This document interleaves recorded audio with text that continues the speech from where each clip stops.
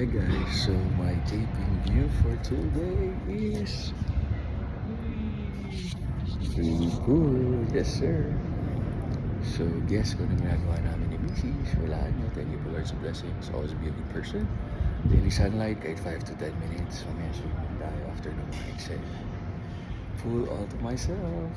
Yes sir. Dapat fit for life, hindi fit bukas, fit next week. Dapat consistency is key habang tumatagal, nag-improve, become a better person, a better man, a better woman.